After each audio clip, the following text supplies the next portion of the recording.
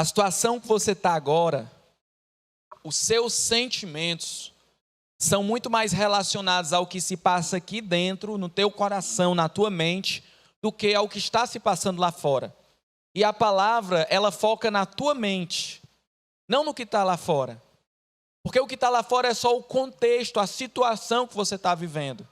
Mas o que Deus quer trabalhar mais profundamente, mais diretamente, é no seu coração, na sua mente, para que você fique bem preparado para enfrentar os desafios da vida, os gigantes da vida, para que você fique firme no Senhor, grato, alegre em todas as circunstâncias, independente das circunstâncias, louvando o Senhor em todo o tempo, com alegria, com singeleza de coração. Então a palavra ela tem um poder incrível de mexer na tua mente, de transformar o teu interior, o teu coração. Então se dedique agora para receber aquilo que Deus quer falar contigo e para entregar a resposta que o Senhor espera de ti com essa palavra. Tem muitas pessoas que estão presas na vida, presas com pecados, presas com peso, que atrapalha a pessoa de caminhar bem e de cumprir a jornada que Deus tem para ela. E hoje nós veremos uma maneira eficaz de se livrar desses pecados. Hoje nós veremos uma maneira verdadeira, forte, bíblica, poderosa, de Deus, para nós lidarmos com essas questões que nos prendem e que nos atrapalham. Do que você quer se livrar nessa noite? O que você quer se ver livre nessa noite? Algo que vem te atrapalhando, algo que vem te consumindo, algo que vem drenando as tuas energias. Do que você quer se livrar? Querido, deixa eu te fazer uma pergunta. Imagina que quando você foi entrar ali no prédio da igreja, aqui no nosso espaço, quem estava na recepção perguntasse assim para você: você quer uma mamadeira ou você quer a verdade? Cada pessoa, quando você entrasse, imagina a pessoa da recepção dizendo: boa tarde, seja bem-vindo. Você vai querer uma mamadeira ou vai querer a verdade? E a mamadeira é o símbolo daquilo que te alenta, a mamadeira é o símbolo daquilo que te mima, aquilo que fica ali te mantendo na mesma condição, e a verdade é aquilo que te liberta. A verdade é aquilo que pode te confrontar muitas vezes, que vai te confrontar, mas que vai te libertar. A Bíblia diz: conhecereis a verdade e a verdade vos libertará. Então qual é a sua decisão? Você quer a mamadeira ou você quer a verdade? Hoje nós vamos falar sobre a verdade. Na verdade, sempre estamos falando sobre a verdade. Mas hoje eu acredito que vai ser um tempo de confronto, um tempo de enfrentamento, mas para que você saia daqui liberto, livre de todo o mal que está te perseguindo, em nome de Jesus. Amém? Preste atenção nesse tempo que nós vamos ter aqui agora.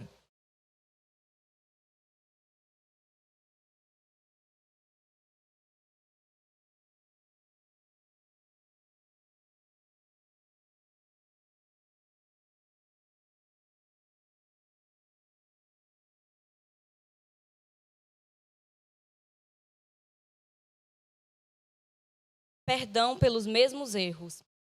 A verdade, Pai, é que eu já não suporto mais. Eu não aguento mais pedir desculpas, te pedir forças pelas mesmas coisas que eu erro todos os dias.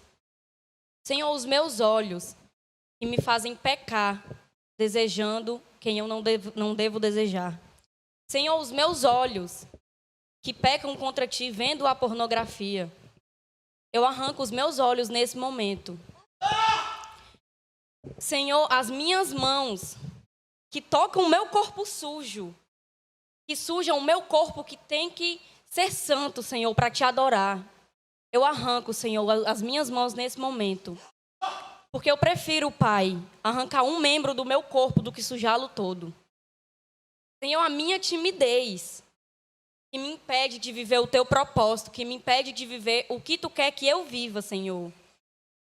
Eu solto, Senhor, eu solto essa timidez, porque eu não suporto mais viver a minha vida da minha maneira. Eu não suporto mais deixar de viver o teu sonho para mim, Senhor.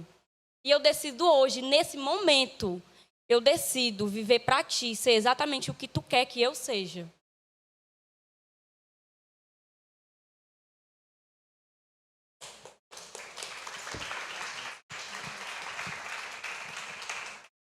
Eu quero ler com vocês, queridos, 3 passagens bíblicas que falam do enfrentamento que nós devemos ter com o peso que nos atrapalha, com o pecado que nos impede de viver o melhor de Deus para as nossas vidas. Então, eu quero ler com vocês 3 passagens bíblicas. A primeira se encontra em Mateus, lá no Sermão do Monte, quando Jesus fala com os seus seguidores, lá em Mateus capítulo 5, versículos 27 até o versículo 30. Mateus capítulo 5, versículo 27 até o versículo 30. Deixa eu falar algo aqui muito importante para você, antes de fazer a leitura desse texto.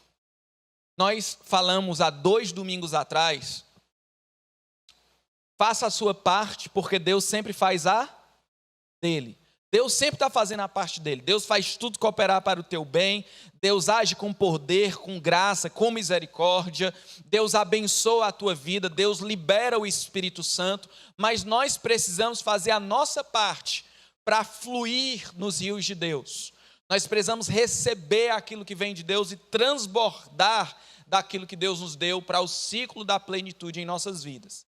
Então faça a sua parte, que Deus faz a dele. E aí, queridos, nesse tempo de palavra, você está aqui domingo após domingo, ouvindo instrução, ouvindo uma palavra de Deus, que não é uma teoria morta, é algo transformador para as nossas vidas. Eu quero lhe dizer que para que você tenha um maior aproveitamento, para que você faça melhor a sua parte, eu quero te encorajar aqui a alguns hábitos. O primeiro hábito é de você ser ativo na pregação. O nosso cérebro, ele funciona melhor no aprendizado ativo do que passivo. O que é o ativo e o que é o passivo? O passivo você fica só na sua, só ouvindo, sem desenvolver nada na sua mente, sem participar, sem verbalizar. E o ativo você se movimenta de alguma maneira. O ativo você fala algo, você fala amém, eu recebo. Você diz assim, glória a Deus por essa palavra. Você pensa em uma situação sua. Ainda puxando do ativo, tenha o hábito de escrever aquilo que Deus está falando ao seu coração. Traga um caderninho. Antes, com um caderninho a gente tem estimulado tanto, Deus usa tanto aquilo que a gente escreve.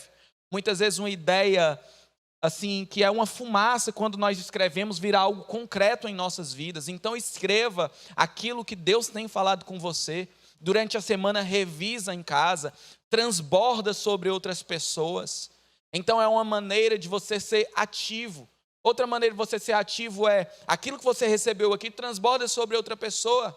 Ensina para o teu filho, ensina para um amigo, grava um stories. Nós vimos nessa semana, a Jéssica fez uma arte, um mapa mental da pregação do domingo passado. Nós vimos o Nicolas trazendo um testemunho que abençoou muita gente aqui na igreja, no grupo. Você pode ser ativo, transbordando inclusive. E o mais importante, recebeu, praticou. Recebeu, praticou. Repita comigo, recebeu, praticou. Queridos, imagina que você está diante de um pé de mangueira e você é louco por manga. Quantos aqui gostam de manga? Aqui a maioria gosta de manga. Aí você vai e pega aquela fruta bem, aquela manga rosada, bem madurinha, já no ponto de você consumir. Você recebeu aquela manga, você tirou ela do pé, só que aí você diz assim, não, eu não vou comer hoje não, vou guardar aqui na gaveta. Aí você vai depois de um mês visitar essa manga. Como é que ela está? É assim que fica o que nós recebemos e não praticamos. Fica podre, perde a validade. A manga é ótima, a palavra é ótima, mas quando nós recebemos a palavra e não colocamos logo em prática, ela perde o tempo, ela perde a validade. Por isso que Jesus diz, quem ouve a minha palavra e a pratica, que vai ser uma pessoa prudente, que vai vir as tempestades, os furacões, os terremotos, e a pessoa vai ficar de pé, porque ouve e pratica. Então instale essa maneira de pensar na sua vida. Meu irmão, eu recebi, eu vou praticar. Eu recebi de Deus, eu vou praticar. Eu entendi o que é que Deus para a minha vida, eu vou praticar. Eu não vou ficar esperando. A gente tem uma tendência, muitas vezes, de procrastinar. O que é procrastinar? É deixar para depois. Às vezes Deus incendeu o teu coração aqui com algo e você tem todo o combustível necessário. Mas deixa para depois, vai esfriando, vai apodrecendo. Aí quando você vê, não tem mais nem energia. Quando você vê, não tem mais nem força, não tem mais nem entusiasmo. Então, pratica. Porque quando pratica, você consolida, você se alimenta. A manga que está podre poderia ser alimento para o teu corpo. Então, seja um ouvinte ativo da palavra, tá bom? Participa aí no teu lugar, anota, confirma, se expressa, tá bom? Quando eu propor alguma coisa aqui para você, fizer uma pergunta, pedir para você interagir com quem está do seu lado, interaja, porque a gente não está aqui para balela, a gente não está aqui para encher linguiça, a gente não está aqui para passar o tempo, a gente está aqui para ser mais semelhante a Jesus. Quantos concordam? Diga: eu recebo e vou praticar. Aleluia. Então vamos ler aí a palavra. Mateus capítulo 5, versículos 27 a 30. A palavra de Deus fala o seguinte: vocês ouviram o que foi dito: não cometa adultério. Eu, porém, Jesus, lhes digo: quem olhar para uma mulher com cobiça, já cometeu adultério com ela em seu coração. Se o olho direito o leva a pecar, o que é que deve ser feito? O que é que deve ser feito, querido? Arranca e lança fora. Se o teu olho direito te faz pecar, arranca e lança fora. Por que, Jesus? Porque é melhor perder uma parte do corpo que ser todo ele lançado no inferno. E se a mão direita o leva a pecar, corte-a e jogue-a fora. É melhor perder um pedaço do corpo que ser todo ele lançado no inferno. Queridos, aqui Jesus fala de uma atitude radical que nós devemos ter com o pecado. A gente vê que Jesus não brinca aqui, ele não administra o pecado, ele não trata com carinho o pecado, mas ele manda a gente ter uma decisão radical, cortando pela raiz. Teu olho está te fazendo pecar? Arranca e lança fora. A imagem que Jesus usa é tão dramática. Imagina alguém arrancando o próprio olho e lançando fora. É algo extremo, é algo radical. Mas o que Jesus quer dizer para mim e para você é: ei, só funciona se for assim. Não brinca com o pecado, não adula o pecado. Toma a decisão que precisa ser tomada. Nós estamos aqui numa atmosfera que conspira para a glória de Deus. Nós estamos em um ambiente aqui que está convergindo para que Cristo seja formado em você. As músicas que foram cantadas de exaltação em Deus, de exaltação a Deus, e uma delas diz: a decisão em mim é radical, vou me lançar no sobrenatural. A decisão em mim, Senhor, é radical, eu tomo posse, exerço minha fé. Quando eu exerço minha fé, eu sou capaz de tomar uma decisão radical. Sem fé, não tem decisão radical. Sem fé, só tem superficial. Radical é profundo. Radical é entrega. E nós somos convidados por Jesus a tomarmos essa decisão. A segunda palavra, lá em Hebreus, capítulo 12, versículo 1. Hebreus, capítulo 12, versículo 1.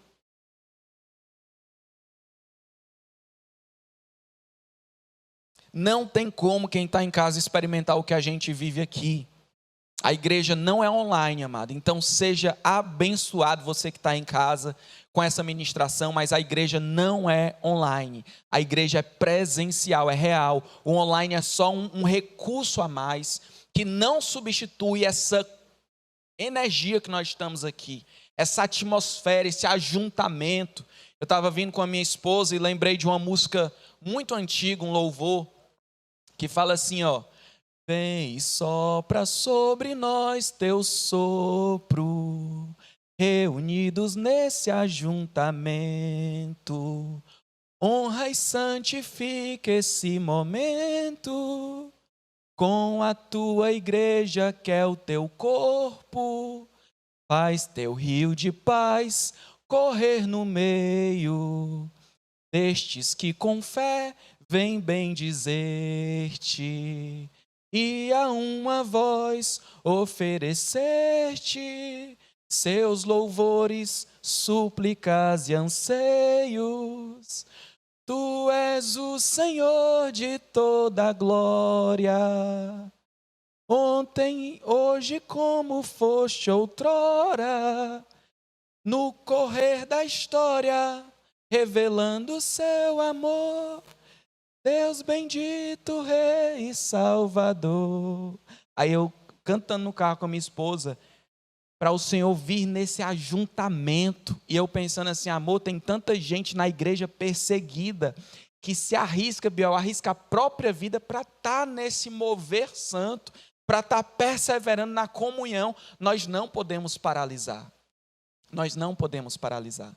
Então, meus amados irmãos, fazem parte dessa casa, da comunidade discípulo de Jesus. Saia de casa, viu? Tá bom, já deu.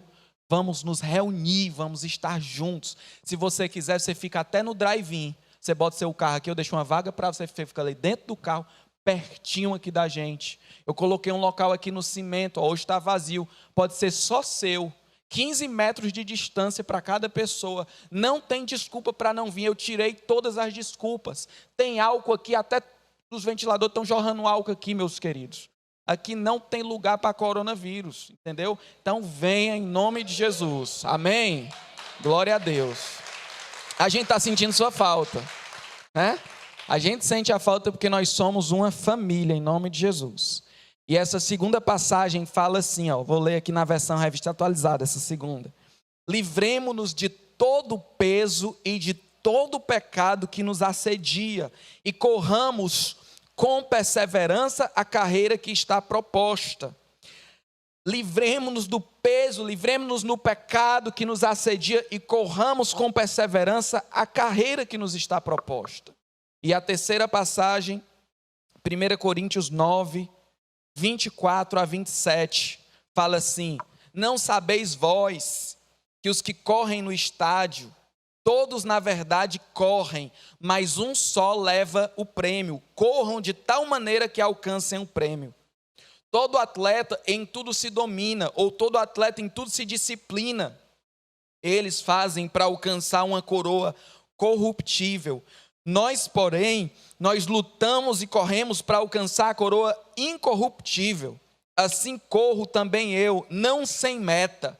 E eu luto não como desferindo golpes no ar, mas esmurro o meu corpo e reduzo à escravidão. Ou, em outra versão, disciplino o meu corpo como atleta, para que, tendo pregado a outros, não venha eu mesmo a ser desqualificado. Louvado seja Deus. Essas três palavras. A primeira, Jesus no Sermão do Monte falando: se tem algo que te faz pecar, arranca e lança fora. Toma uma decisão radical. A segunda, lá em Hebreus, depois de falar da galeria dos heróis da fé, de pessoas que tiveram decisões radicais, lá em Hebreus, o autor de Hebreus fala: olhe, livrem-se, vocês devem se livrar do peso que está atrapalhando, do pecado que está destruindo a fé de vocês. Livrem-se de tudo isso, para que vocês possam correr com perseverança a carreira que foi proposta por Deus para vocês, para que vocês cheguem como Paulo no final da vida e digam assim, ó: combati o bom combate, completei o quê? A carreira e guardei a fé. Combati o bom combate, completei a carreira e guardei a fé. Para isso, meu querido, minha querida, livra de tudo aquilo que está te atrapalhando. O tema da pregação de hoje é: agrida o que está te matando. Agrida, seja agressivo com o que está te matando. E por fim, a última passagem, lá em 1 Coríntios 9, quando Paulo cita o exemplo de uma maratona, onde cada atleta, eu não sei se você já viu a rotina de um atleta, é super disciplinada. A rotina de um atleta é determinada, ele cuida da alimentação, ele cuida do horário do sono, ele cuida do exercício físico, da mente, o psicólogo, tudo ele faz porque ele quer alcançar um prêmio. E Paulo diz assim: os atletas fazem isso para alcançar um prêmio que é perecível. Porque aquele prêmio do atleta na Olimpíada vai passar. Ele morre e ele não leva aquele prêmio com ele. Nós, porém, lutamos não como quem desfere golpes no ar, não como quem está sem um objetivo, mas nós lutamos para produzir algo eterno. Então nós devemos esmurrar o próprio corpo, reduzir o nosso corpo à escravidão. A nossa mente domina sobre o nosso corpo e a mente de Cristo domina sobre a nossa mente. sendo como atletas bem disciplinados que alcançam o prêmio. Amém? Vamos orar em nome de Jesus. Senhor, Pai, muito obrigado pela tua palavra. Que ela seja, Senhor, revelada aqui nos nossos corações, na nossa mente, na nossa vida, em nome de Jesus. Fala conosco, Pai, fala conosco. Tira aquilo que precisa ser tirado, coloca aquilo que precisa ser colocado. Deus vem fazer tua obra em nós, em nome de Jesus. Amém. Nós vemos a Bíblia claramente nos orientando a não tolerar o que nos atrapalha. Tem algo que está nos atrapalhando, a gente vê a Bíblia nos orientando a não tolerar, a se livrar, a arrancar, a reduzir a escravidão. Essa é a orientação bíblica para as nossas vidas.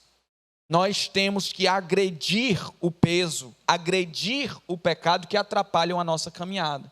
O que está te atrapalhando? O que atrapalha a tua vida? É a mentira? É os ciúmes? É a preguiça? É a moleza? É a ira? É a inveja? É a fofoca? É a calúnia? É a má administração do tempo? Repare aqui algo importante. O autor aos Hebreus, ele fala de peso e de pecado como duas coisas diferentes.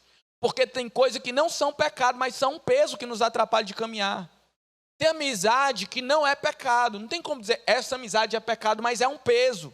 Tem amizade sem futuro. Tem amizade que só te leva para baixo, que está sempre falando só o que não presta. Você passar muito tempo assistindo televisão, não é um pecado, mas é um peso.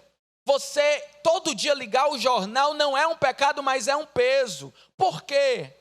Porque o jornal ele lança sementes na sua mente. Semente de pensamento, tudo aquilo que você vê, tudo aquilo que você ouve se transforma em pensamento. E os nossos pensamentos são como sementes. Qual o tipo de semente que o jornal joga sobre você? É uma semente de coragem, de força, de fé em Deus e de alegria? Ou é uma semente de medo, de pavor, uma semente de desconfiança, uma semente de tristeza, uma semente de depressão?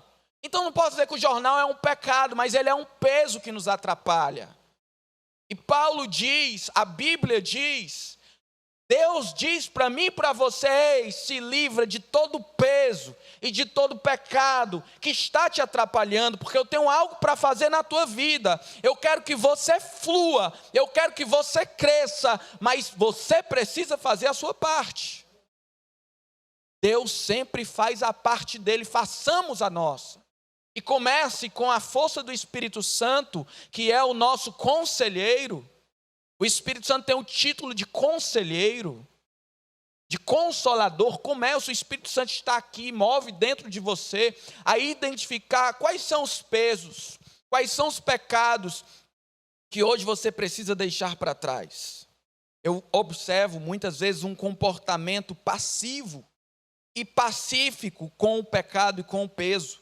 Quando deveria ter guerra, está muito tranquilo, está muito em paz, apático, está pacífico com o pecado, está pacífico com o peso, está tolerante, tratando o pecado de maneira delicada, carinhosa, algo que deveria ser agredido, algo que deveria ter força, e a pessoa está em muita tranquilidade para lidar com o pecado, para lidar com o peso, e ele continua.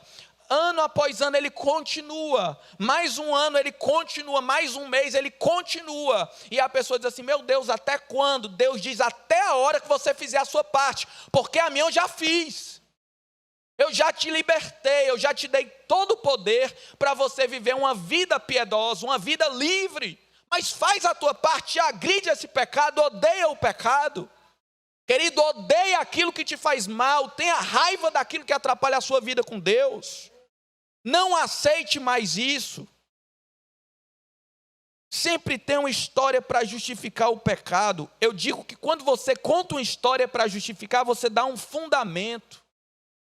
Quando você coloca uma história, eu faço isso por conta dos meus pais, eu faço isso porque o meu vizinho é muito chato, eu sou grosseiro porque a minha esposa é assim, eu sou murmurenta, nem existe essa palavra, porque o meu marido é assim.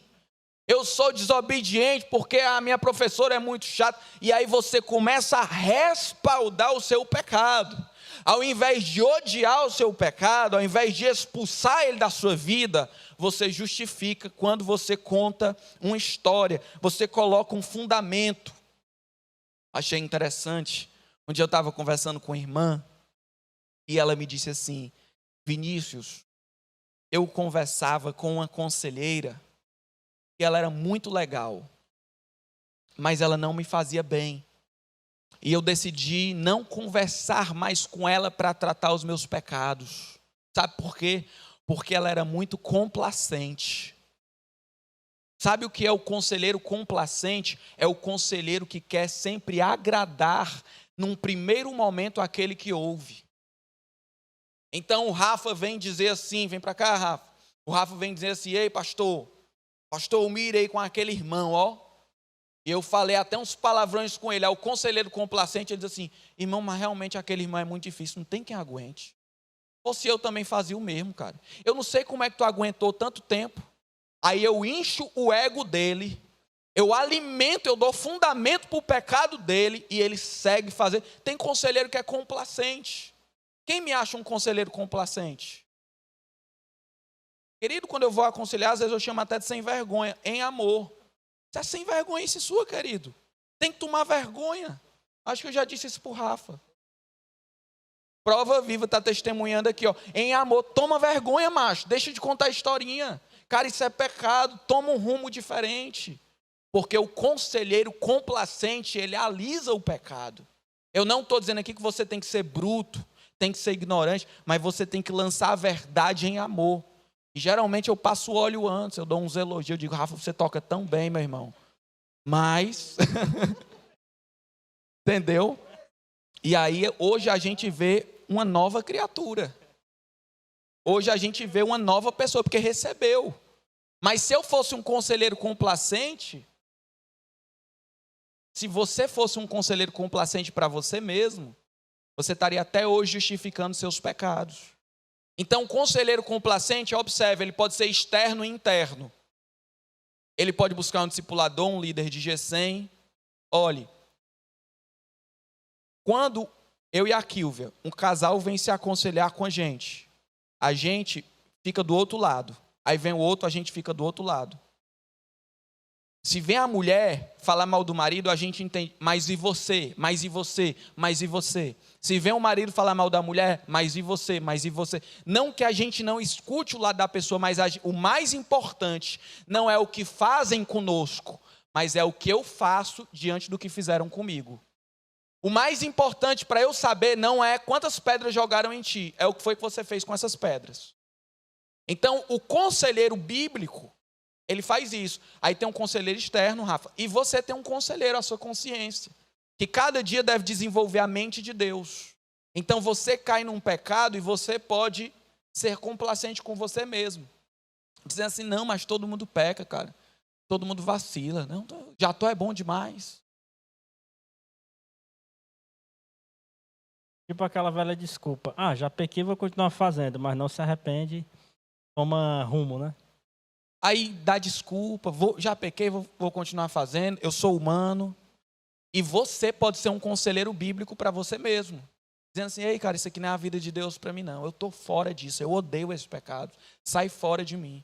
Então, esse conselheiro interno e externo, ele não deve ser complacente. Queridos, a gente ouve com todo amor, a gente dá a mão. Está aqui, ó, eu chamei o Rafa porque ele já apanhou muito aqui, no bom sentido. Entendeu? De levar umas bordoadas aqui.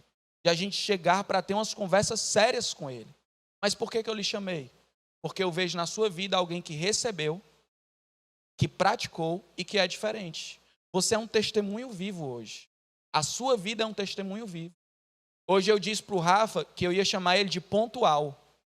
Porque o Rafa só chegava atrasado, agora ele só chega na hora. Aí, o que tem a ver? Claro que tem a ver, porque a minha palavra, ela está também no meu relógio. Quando eu marco contigo um compromisso 5h10, eu chego 5h20, eu atrasei 10 minutos. E se não for uma circunstância muito fora, é um descompromisso meu contigo, é um desrespeito meu contigo. E você nos desrespeitou muitas vezes. porque tinha um horário do ensaio, você chegava atrasado, atrapalhava os irmãos. Mas tudo isso foi jogado no mar do esquecimento, e hoje você vive para a glória de Deus. Eu louvo a Deus pela sua vida. Entendeu? Você recebeu aquilo que fere o pecado, que fere o ego, para viver diferente. Então eu chamei esse amado hoje aqui, que ele ainda tem muita coisa para ajeitar, mas ele já tem vivido para a glória de Deus. Isso é um testemunho vivo, viu? Deus te abençoe em nome de Jesus. E cheiroso, viu? Glória a Deus. Aleluia. Tem gente que parece conselheiro de bar, irmão. O bar, você já viu alguém sendo transformado no bar, vai abrir a vida no bar e tal, meu irmão, minha mulher e tal, não sei o que, os amigos, mas o que é que você tem feito, qual a sua parte? Não, o conselheiro de bar, ele sempre passa a mão na cabeça, né? Aí tem até as músicas de sofrência, para ficar ali naquela autocomiseração. Tem uma música bem conhecida assim, nesses ambientes? Que bonito. Eu não sei, estou liberto dessas coisas aí, mas... Mas tem gente que é igual o conselheiro de bar, querido, que a pessoa vai falar e fica passando a mão na cabeça. Aí a irmã compartilha o pecado dela com 15 irmãs, ao invés dela sair mais santa, ela sai mais convicta do pecado, mais firme, agora que eu monto em cima daquele homem. Porque ela foi fortalecida na complacência dos conselheiros e das conselheiras. Deu para entender ou não? Você entendeu? Bata só uma palma. Então, tem esse conselheiro complacente, que muitas vezes somos nós mesmos, que é como a mãe que fica mimando e defendendo o filho criminoso. O filho cometeu um bocado de crime, a mãe diz que ele é inocente, a mãe diz que ele não fez nada. Ei, não está ajudando, não ajuda, faz é atrapalhar o processo, não ajuda de jeito nenhum. Queridos, a palavra nos chama para nós agredirmos o pecado que nos mata. A palavra nos chama para nós esmurrarmos aquilo que está nos matando. Então, agredir o pecado, seja o oposto daquilo que o seu pecado é. Viva totalmente diferente daquilo que lhe atrapalha. Você tem preguiça? Você luta com a preguiça? Então comece a acordar mais cedo do que todo mundo. Coloque uma decisão, essa semana eu vou acordar o sol essa semana. Você luta no celular, então fica um tempo sem celular. Você é viciado em celular, então decide, eu vou ficar tanto tempo sem celular. Eu vou tomar uma decisão radical porque eu sou livre, eu governo. Eu não sou governado pelo celular, eu sou governado por Cristo e governo sobre as outras coisas. Você come demais, então fica sem comer. Faz um jejum de consagração a Deus. Senhor, eu não aceito a gula da minha vida, eu sou livre. Eu não aceito a gula. Sabe o que é que você faz? Eu já fiz isso várias vezes. Você fica em jejum, quando você estiver morrendo de fome, já nos 45 do segundo tempo, que alguém estiver fazendo uma comida bem gostosa, que está cheirando, você vai pertinho da panela e dá uma cheirada assim, ó. Quem manda aqui sou eu, carne. Você não governa sobre a minha mente governa sobre você. Eu fiz isso num contexto em que eu lutava muito com pornografia e imoralidade sexual. A carne queria prevalecer sobre o meu governo. E aí eu exercitei o domínio próprio na comida. Eu ficava morrendo de fome, cheirava a comida, sentia o cheiro para aflorar e dizer assim, quem manda aqui sou eu.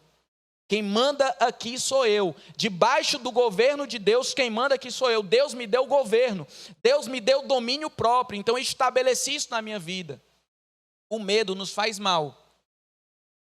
Tem um medo fisiológico, que é um medo para proteger, é natural, é de Deus para a nossa vida, que é aquele que você está perto de um abismo, você passa assim, é uma proteção, é um instinto, mas o medo psicológico faz mal. O medo é um fator limitador. O medo atrapalha a gente fazer um monte de coisa. E eu não tenho medo de nada, queridos. Se eu souber do que eu tenho medo, eu enfrento. Eu tinha medo do insano, aí eu desci no insano 2 vezes. Eu tinha muito nojinho com barata, eu decidi pegar numa barata. Por quê? Porque eu não quero ser limitado por nada. Eu não quero que nada me domine. Eu tenho medo do escuro, então vou para um negócio que não dá para ver nada. São decisões que nós vamos tomando na nossa vida que mudam todo o roteiro e que Deus tem para nós. Deus quer que a gente tenha essa postura agressiva com aquilo que está nos prendendo. Deus quer que a gente tenha uma postura agressiva com o nosso pecado. E muitas vezes Deus faz isso com nós, conosco. Tem gente que é impaciente. Aí Deus manda a pessoa mais abençoada para sentar do lado. Tem gente que luta com a ira. Aí Deus coloca um irmãozinho que vai testar até a última gota de paciência. Por quê? Porque Deus quer que a gente assuma o controle, Deus quer que a gente vença o pecado, Deus quer que a gente se livre de tudo aquilo que está nos matando. Exerça a autoridade que Deus te deu. Deus é seu dono e você é o seu gerente. Deus colocou você como gerente da sua própria vida. Então faça a sua vida funcionar como o dono quer, para a glória de Deus. O que é que está te atrapalhando? O que é que está te prendendo? Você precisa, querido, receber a ideia de Deus na sua mente. A ideia de Deus para a sua mente é a liberdade do que está te prendendo. A ideia de Deus não é que você continue escravo do pecado, mas você já foi livre do pecado. Você precisa agora tomar posse dessa liberdade. Jesus já nos libertou de tudo que nos atrapalha. Jesus já cortou as correntes que nos aprisionam. Nós devemos agora confiar, receber e exercer. Jesus é o foco, Jesus é a força, Jesus é o poder. Quando fala lá em Hebreus, para a gente se livrar de todo o peso, de todo o pecado que nos atrapalham, para correr a corrida que está proposta, sabe o que o autor diz? Olhando firmemente para o autor e consumador da vossa fé. Ele não levou em consideração todo o desprezo que ele ia sofrer, mas ele olhou para a glória de Deus. Sabe o que Hebreus fala que é tão forte? Vocês não lutaram contra o pecado até o ponto de derramar o próprio sangue. Jesus lutou contra o pecado a ponto de derramar o próprio sangue, mas vocês não. Então olhem para ele, se inspirem nele, recebam a força que vem dele. Faça a sua parte que Deus sempre faz a dele. Tire todo o respaldo do pecado que lhe limita. Tire todo o respaldo do pecado que lhe limita, do medo que lhe limita, das crenças que lhe limitam, das limitações. Tire o respaldo. Quando você tira o respaldo, você acaba com tudo. Tire o fundamento. Ou seja, tire as justificativas. Muitas vezes o pecado está colado em você com uma justificativa. Essa justificativa às vezes é outra pessoa. Não, eu sou assim porque o outro é assado. Essa justificativa às vezes é o diabo. É o diabo na minha vida. É o diabo que me atenta muito. Uma vez foram falar com um homem que cometeu adultério. O pastor foi falar com ele. Aí disse, querido, o que foi que aconteceu? Ele disse, foi o inimigo. Ele, então pode sair, chama aí o inimigo para falar com ele. Porque o que é que eu vou falar com você se for o inimigo? Então tire as desculpas da sua vida. Ah, eu sou assim mesmo. Ah, é minha personalidade, chamando pecado de personalidade. Ah, é minha infância. Ah, é a maneira como eu fui criado. E aí o pecado, aquilo que está te pesando, aquilo que está te atrapalhando, está colado aqui, porque tem um fundamento, tem uma justificativa. Aí fica dizendo, a carne é fraca. Por que você não diz que tudo posso naquele que me fortalece? Por que você não diz que o Espírito está pronto? Por que você não diz que Jesus já te libertou de todo pecado? Por que você não diz que o Espírito de Deus é mais forte do que a nossa carne? Por que você fica o tempo todo dizendo que a carne é fraca? Ah, é o inimigo, é a minha esposa, é o meu marido, é o meu jeito e está colado em você. Sabe o que você deve fazer? Tira esse fundamento, acaba com isso na tua vida. Para de contar a história que você vai se ver livre. Não respeite, nem seja tolerante com aquilo que está lhe destruindo. Não bote panos quentes no pecado. Sabe, queridos, eu pensando nessa palavra, e eu disse assim, nós temos que ser com o pecado e com o peso, igual uma mulher braba, com outra mulher que está dando em cima do seu marido. Eu nunca vi uma mulher braba com outra que está dando em cima do seu marido dizendo assim, ah não, mas eu tenho que compreender ela. Ela está carente, ela tem toda... Não, é compreensível que ela tem... Uma mulher braba, quando está com raiva da outra que está dando em cima do seu marido, ela não fundamenta a outra. Ela é agressiva, ela defende, ela vai para cima. Porque aquilo ali incomoda muito ela. Aquilo ali não tem fundamento nenhum, ela não justifica. Nós devemos ser com o nosso pecado igual a mulher braba com a outra que está dando em cima do marido. A gente não deve ter tolerância alguma, a gente deve ir para cima, queridos, do nosso pecado, sem fundamento, sem historinha, reconhecendo o nosso pecado. Uma vez eu vi uma mulher, eu gosto muito de educação canina, né? Alguns irmãos sabem que eu gosto muito de cachorro, eu gosto muito de educação canina. Aí tinha uma mulher que o cachorro dela era Todinho, o nome. E o Todinho estava comendo uma chinela, né? Que é errado e tal, não serve para comer. Aí ela foi repreender o Todinho. Aí ela disse assim, não, Todinho, não faça isso, meu amor, vem aqui, vem. E o Todinho balançando o rabinho. Aí o que você imagina que aconteceu quando ela soltou o Todinho no chão? Ele foi para onde? Para a chinela. Porque o Todinho ama esse tratamento VIP, queridos. O Todinho não entende que é para deixar de comer a chinela com esse tratamento tão carinhoso. E muitas vezes é assim que nós tratamos o nosso pecado. O pecado, ele não merece carinho. O pecado não merece tolerância. Aquilo que está nos atrapalhando, aquilo que está impedindo a gente de usufruir o melhor de Deus nas nossas vidas, merece toda a nossa fúria santa, toda a nossa ira santa, toda a nossa determinação de viver livre, porque Jesus já nos libertou. Então, é isso que nós devemos fazer para lidar com os nossos pecados. Daqui a pouco eu vou te revelar uma chave poderosa, uma chave prática e poderosa. Não tente vencer, tá? Não diga assim, eu vou tentar. Não tente vencer. Vença, porque Jesus já te entregou a vitória. Quando você entende que Jesus já te entregou a vitória, você não vai tentar, você vai tomar posse. Quando Josué e Caleb foram para a terra prometida, eles nós vamos tentar, nós vamos possuir. Por quê? Porque Deus já tinha dado. Deixa eu falar, ei, Deus já te deu a vitória sobre o teu pecado. Deus já te deu a libertação sobre esse peso. Então vença, conquiste, seja livre. Porque Deus já conquistou. Você tenta quando é você, quando é Deus, tome posse, queridos. O que está te atrapalhando, Deus já te libertou. Deus fez tudo o que era necessário para a sua vida fluir nos caminhos dele. Sem esse peso e sem esse pecado que nos atrapalham. A parte de Deus ele faz, então façamos a nossa. A nossa mente é um campo de batalha. Tem um livro da Joyce Meyer que fala, o título dele é Campo de Batalha na Mente. Eu oriento muitos irmãos a lerem esse livro. Um livro abençoador. E ela denuncia muitas coisas da nossa mente. E tem pessoas que elas ficam mentalizando assim, ó, vê se é você. Eu sou assim mesmo. Eu sou desse jeito. E aí assume para a identidade aquilo que é um peso ou que é um pecado. Todo mundo erra. Olha a minha história, olha o meu passado. Tá bom, eu vou tentar não fazer mais. Mas por dentro a pessoa já está se derrotando. Eu não consigo. Deus está dizendo, você consegue.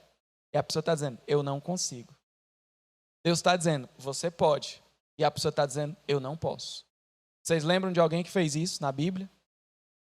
Moisés. Moisés, o grande libertador, passou por esse momento. Deus comissionando ele para uma missão. E tudo que Deus comissiona, Deus capacita. E Moisés disse, eu não consigo, Senhor. Eu não posso. E Deus ficou aborrecido com Moisés. Porque não é sobre o que você pode, é sobre o que Deus já fez na tua vida. Não é nem sobre o que Deus vai fazer, é sobre o que Deus já fez. Você só precisa receber com fé, tomar posse para você daquilo que Deus já conquistou na cruz. Tem uma outra música que fala, tudo que Jesus conquistou na cruz é direito nosso, é nossa herança. As bênçãos de Deus para nós, tomamos posse, é nossa herança. Toda vida, todo poder, tudo que Deus tem para dar. Abrimos nossa vida para receber, nada mais nos resistirá. Maior é o que está em nós do que o que está no mundo. Maior é o que está em nós do que o que está no mundo. Essa música, que é uma verdade bíblica, precisa ser o nosso mindset, precisa ser a nossa forma de pensar. Tudo que Jesus conquistou na cruz é meu direito, é minha herança. Eu tomo posse da vida e do poder. Como que eu devo fazer? Eu estou diante do meu pecado. Aquele que diz que não peca é mentiroso. A verdade de Deus não está nele. Então nós erramos, nós pecamos. Mas como nós lidamos com o pecado? É dizendo assim, ó, eu não aceito isso na minha vida. Eu te odeio, pecado desgraçado. Eu te amaldiçoo. Eu já fui liberto pelo sangue de Jesus. Eu fecho a porta do meu coração e da minha mente para esse padrão do diabo. Eu recuso isso na minha vida. Sai daqui, preguiça. Sai daqui, inveja. Sai daqui, mentira. Sai daqui, pensamento negativo. Sai daqui, vergonha, em nome de Jesus. Sou mais que vencedor em Cristo Jesus. Aquilo que antes me prendia, não me prende mais. Espírito Santo, me toma com teu poder para eu vencer todas as forças do mal. Eu tomo posse da armadura de Deus para vencer contra as ciladas do diabo. Nada pode me parar. Nada pode me impedir de cumprir a vontade de Deus na minha vida. Essa é a postura que vence o pecado. Você entrar com um coitadinho, com um pecado, o diabo vai cirandar na tua vida, querido. Ele vai te ajudar a ser vítima. O diabo ama vítimas. E tem uma frase que diz que quem é bom em desculpa não é bom em mais nada. Então, vá com tudo para cima, Deus está contigo. Aí sabe o que é que eu vejo? Eu vejo muita gente falando da dor do pecado, porque o pecado ele tem uma consequência e ele gera uma dor. E tem muita gente que vem me procurar para falar da dor do pecado, da consequência do pecado. Falar como está triste, falar como está mal, falar como a vida está ruim. Que é a consequência do pecado. Mas poucas pessoas de primeira vêm falar do pecado em si.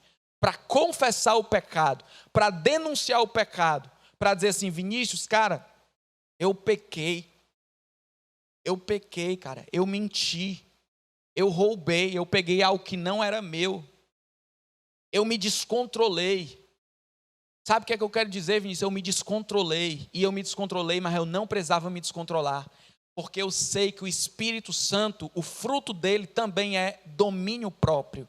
Então eu me descontrolei porque eu errei contra Deus, eu vacilei contra Deus, mas eu quero confessar e eu vou abandonar isso aqui hoje em nome de Jesus. Vinícius, o descontrole é um padrão do diabo para a minha vida. E eu não aceito o padrão do diabo para a minha vida, porque Jesus morreu por mim para me dar um novo pensamento. E eu sou transformado pela renovação do meu pensamento. Eu não aceito isso sobre mim. O descontrole não me pertence mais. Eu não sou descontrolado. Pelo contrário, eu exerço domínio próprio. Porque o Espírito de Deus habita em mim. Queridos, essa confissão, ela é tão poderosa, que a pessoa que vem com essa atitude, geralmente nunca mais vem para falar nada. Porque a pessoa está derrotando, agredindo, esmurrando o pecado. Está indo para cima com tudo. Mas na maioria das vezes o que eu vejo é, eu não me aguentei. Sabe como é que é, né? Eu sou assim mesmo, descontrolado.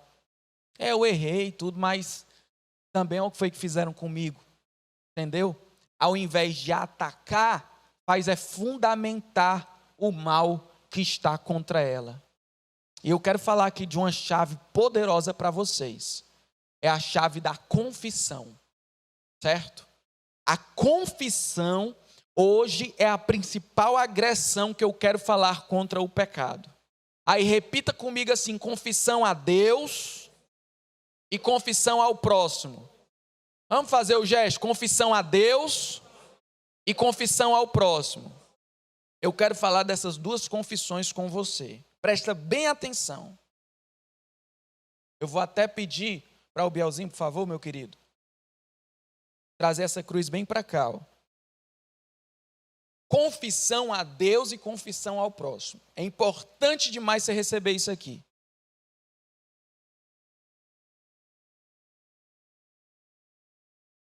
Aqui na frente. Vem aqui. Isso.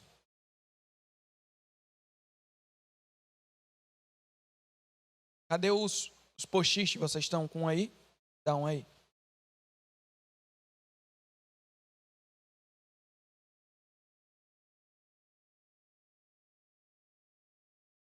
Tá? confissão a Deus e confissão ao próximo. Não, mas não vou usar ele agora, não. Vocês veem aí, eu só não quero que me atrapalhe aqui. Confissão a Deus e confissão ao próximo. Presta atenção, querido. Confissão a Deus é você homologar o que Deus diz. Eu vou pedir permissão aqui, viu? Aqui. Confissão a Deus é você concordar com o que Deus diz em relação ao pecado. Confessar a Deus não é tornar conhecido para Deus, porque Deus já sabe de todas as coisas. Então não tem sentido eu fazer algo conhecido se Deus já sabe. Confessar a Deus, a palavra no grego é a palavra homologel, de onde vem a palavra homologar. O que é homologar? Homologar é concordar, é dizer a mesma coisa. Por exemplo, o Rafa diz assim: Vinícius, bem ali aquela rua já foi toda asfaltada. Aí eu digo assim: Rafa, eu homologo o que você está falando. Eu concordo com o que você está falando. Realmente, eu passei por lá e aquela rua já foi toda asfaltada. O que é concordar com Deus? O que é confessar para Deus em relação ao meu pecado? Muitas vezes o nosso pecado, nós contamos alguma historinha que distorce ele. Muitas vezes nós chamamos o nosso pecado de doença.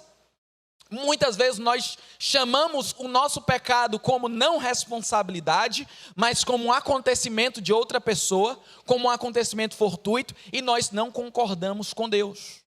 Quando Deus foi falar com Adão lá no Éden, Adão não concordou com Deus.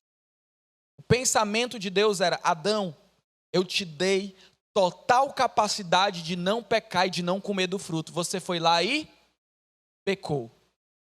Você comeu por quê? Quis. E você fez errado. Você foi o responsável. Adão não confessou para Deus. Adão, pelo contrário, discordou de Deus. Entende? Esse é o primeiro passo. Se você discorda de Deus em relação ao seu pecado, a Bíblia fala assim, ó: aquele que não confessa o seu pecado jamais prosperará. Se eu não me engano, é Provérbios 28:13. Aquele que não confessa seu pecado jamais prosperará. Por quê? Porque a pessoa está contra Deus. Deus está dizendo é vermelho e a pessoa está dizendo é preto.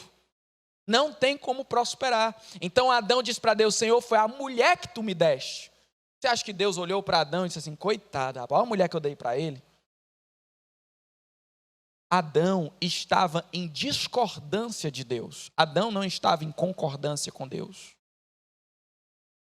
Então, o primeiro passo é você concordar com Deus a respeito do seu pecado, ou seja, homologar.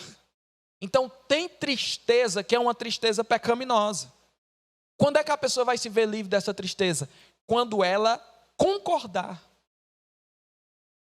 Quando ela aceitar o que Deus disse para a tristeza. Quando ela diz assim: Senhor, eu aceito o que o Senhor está dizendo. Para mim é difícil até entender, mas eu aceito o que o Senhor está dizendo, que essa tristeza não é para mim. Queridos, quando nós temos um casal homossexual, duas pessoas do mesmo sexo namorando, tendo relações sexuais, socialmente elas têm a liberdade delas, tá? Eu respeito a liberdade dessas pessoas. Mas diante de Deus isso está errado e diante de Deus isso é reprovado. Ou a pessoa confessa ou a pessoa permanece lá. O que ela confessar, ela diz assim: esse padrão que eu até quero, esse padrão que eu até gosto, que a minha carne até me chama, eu concordo que não é o que Deus tem para a minha vida. Eu concordo que essa prática vai me levar à morte. Eu concordo que viver nesse pecado vai me destruir. Quando a pessoa concorda com Deus, algo acontece na vida dela. É um milagre, é uma libertação. A confissão traz libertação. E a Bíblia fala lá em 1 João, se nós homologarmos o nosso pecado, se nós confessarmos o nosso pecado com Deus, Ele é o quê? Fiel e justo. Diga bem alto: fiel e justo. Quando nós concordamos a respeito do nosso pecado, Deus olha para a cruz. E Deus é fiel e justo para nos perdoar de todo o pecado e para nos purificar de toda injustiça. Então tem perdão e tem purificação para quem concorda com Deus. Deus não quer que você se volte contra Ele. Não, Senhor, isso aqui não é pecado não.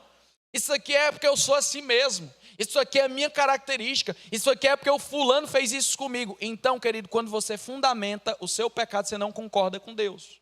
Aí pode ser tristeza, pode ser fofoca, pode ser mentira, pode ser preguiça, pode ser roubo, pode ser sonegação de impostos, pode ser engano. E o peso também. Você carrega um monte de peso que Deus está dizendo, sai fora. E você diz, não, eu não sou religioso, eu posso continuar com isso. Não, isso aqui não está me fazendo mal, não. Enquanto você não concordar com Deus, não vai ter libertação. Então, o primeiro passo para uma pessoa se ver livre do pecado é o quê? Ela concordar com Deus, ela confessar. Confessar e dizer assim, Senhor, eu digo para o pecado a mesma coisa que o Senhor diz. Quando Deus olha para o teu pecado, sabe o que é que ele diz? Ele diz assim, ó, não foi para isso que eu te criei. Eu mandei o meu filho Jesus morrer na cruz, porque eu quero te fazer livre disso, eu te faço livre do pecado. O pecado já não te domina mais. Quando você vem confessar dizendo assim, eu não consegui, você já não está concordando com Deus. Porque se você não conseguiu, pressupõe que você fez tudo o que precisava e não obteve bom êxito. Você deve assumir, eu caí, eu pequei e dar nome ao pecado. Aí você está em concordância com Deus e não é isso mais que Deus tem para a minha vida. Eu recuso isso aqui diante de mim, ok? Aí tem o segundo passo do confessar, que é o confessar ao próximo, que é o que a gente chama de colocar na luz. Andar na luz é uma expressão bíblica. A Bíblia fala que Deus é luz e nele não habita treva alguma.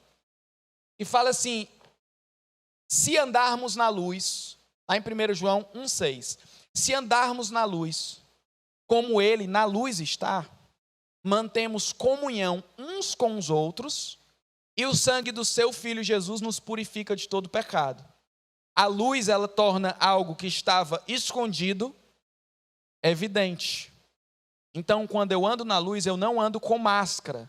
Quando eu ando na luz, eu não ando com hipocrisia. Quando eu ando na luz, eu não ando com mentira. Quando eu ando na luz, eu exponho aquilo que estava escondido. Porque Deus é luz, eu sou filho da luz, então eu tenho que andar na luz. E olha só como o João é cirúrgico. Ele diz assim, quando eu ando na luz como Deus na luz está, eu mantenho comunhão com os meus irmãos. Por quê? Eu não tenho comunhão verdadeira com o Antonildo, se o Antonildo não tem luz. Não é uma comunhão verdadeira, é uma coisa falsa. Eu não tenho comunhão com o Antonildo, eu tenho comunhão com a aparência do Antonildo e não com ele. Eu tenho comunhão com o personagem que o Antonildo montou e não com ele. Tinha um casal que sempre que a gente perguntava, eu tinha medo. Como é que tá? O nosso casamento, era o casamento da Disney. O nosso casamento é uma bênção, é lindo, é tremendo. Meu marido, não sei o quê, pá, separou, nunca mais voltou. Ou seja, a gente não tinha comunhão com eles. Porque o que eles tinham era um personagem, uma fantasia, uma hipocrisia, não tinha luz. E Deus é luz, e ali não tinha luz, era tudo escondido, tudo oculto. Quando a gente descobria, a coisa já estava podre, a coisa já estava horrível, porque não tinha luz. E onde não tem luz, uma planta não sobrevive, um ser não vai sobreviver ali. Você precisa da luz, Jesus é a luz, e você precisa confessar. Aí de maneira prática, Tiago 5,16 fala, confessai os seus pecados uns aos outros, e orai uns pelos outros, e serão curados. O confessar a Deus libera perdão. Confessar ao próximo libera cura. Tem um negócio que você não sente com Deus, que você sente com o seu próximo. Quando você confessa a Deus, você não sente vergonha. Porque você não está vendo Deus, você sabe que Deus já sabe, então não tem aquele constrangimento de vergonha. Você pode sentir arrependimento, você pode ficar triste, mas vergonha não. Quando você confessa ao seu próximo, o constrangimento da confissão, a vergonha da confissão traz cura. Por isso, não só confessar a Deus, que é espírito e que já sabe, mas confessar ao próximo, que é humano, como você, e que você vai se constranger ao falar com essa pessoa. Você quer agredir o teu pecado? você quer agredir o teu peso, então você precisa confessar. A quem? A Deus, concordando com Ele. E ao próximo, tornando conhecido. Eu quero pedir que você escreva nesse post-it que você recebeu. Nós temos aqui, inclusive, algumas canetas. Para quem não tem caneta, pode levantar aí a mão e o Gabriel vai deixar até você. E eu quero que você escreva o que é que está te atrapalhando. Eu quero que você escreva qual o pecado que vem sendo carregado na tua vida. Eu quero que você escreva qual é o peso que você vem carregando. Você só faz se você quiser. A agressão ao pecado precisa ser sua. E aí nós vamos ter um momento onde você vai vir aqui e você vai pregar aqui na cruz.